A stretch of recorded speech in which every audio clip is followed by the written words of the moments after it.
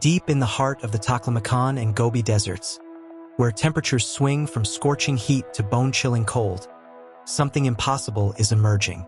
If you looked at satellite imagery from 20 years ago, you would see nothing but shifting sand dunes.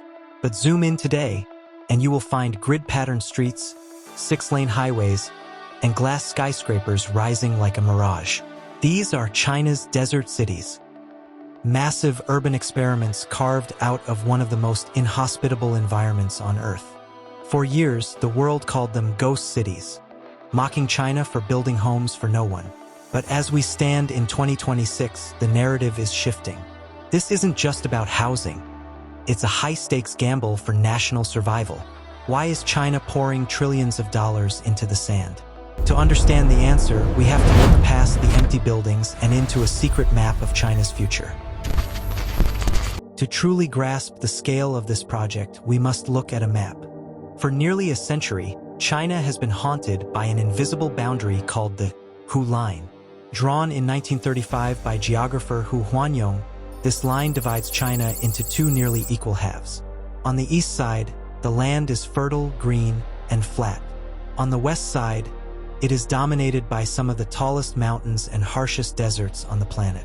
The population distribution, however, is staggering. 94% of China's 1.4 billion people live on the east side of this line. This has created a massive imbalance. Coastal giants like Shanghai, Beijing, and Shenzhen are bursting at the seams.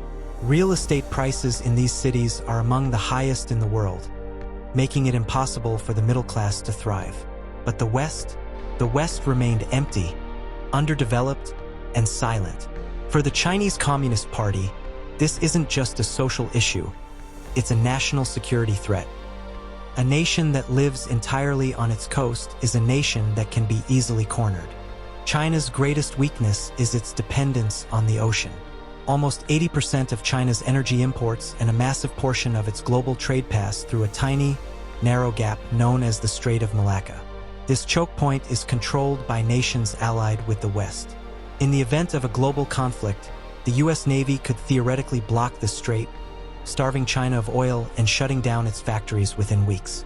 This is what President Hu Jintao famously called the Malacca Dilemma.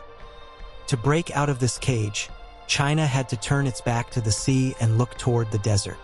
By building massive industrial hubs in the western deserts, China is shifting its center of gravity.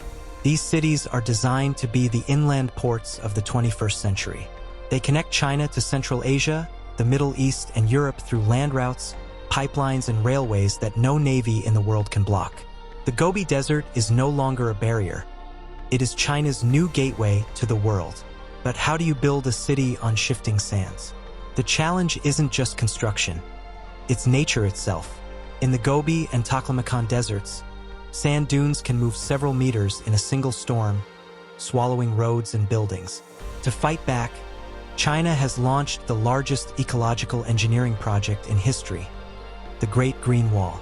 Since 1978, China has planted over 66 billion trees to create a massive windbreak against the encroaching desert. But trees aren't enough. In cities like Ordos and Kangbashi, engineers use a checkerboard technique, weaving straw into grids across the dunes to hold the sand in place, allowing grass to take root. Then comes the water. The South-to-North Water Diversion project is a multi-billion-dollar engineering marvel that redirects billions of cubic meters of water from the Yangtze River in the south to the dry cities of the northwest through thousands of miles of pipes and canals. They are literally forcing the blood of the earth to flow where nature never intended. For a long time, Western visitors returned from cities like the Lanzhou New area with footage of empty malls and silent apartment blocks. They called them monuments to debt and waste. And they weren't entirely wrong. These cities are built on massive debt, fueled by local governments desperate for growth. The collapse of real estate giants like Evergrande has exposed the cracks in this financial foundation. However, looking at these cities today, the ghost city label is starting to fade. Ordos, once the poster child for empty cities, is now a thriving hub for coal and high-tech industries. People are moving in, schools are opening, and factories are humming. China's strategy is build it and they will come.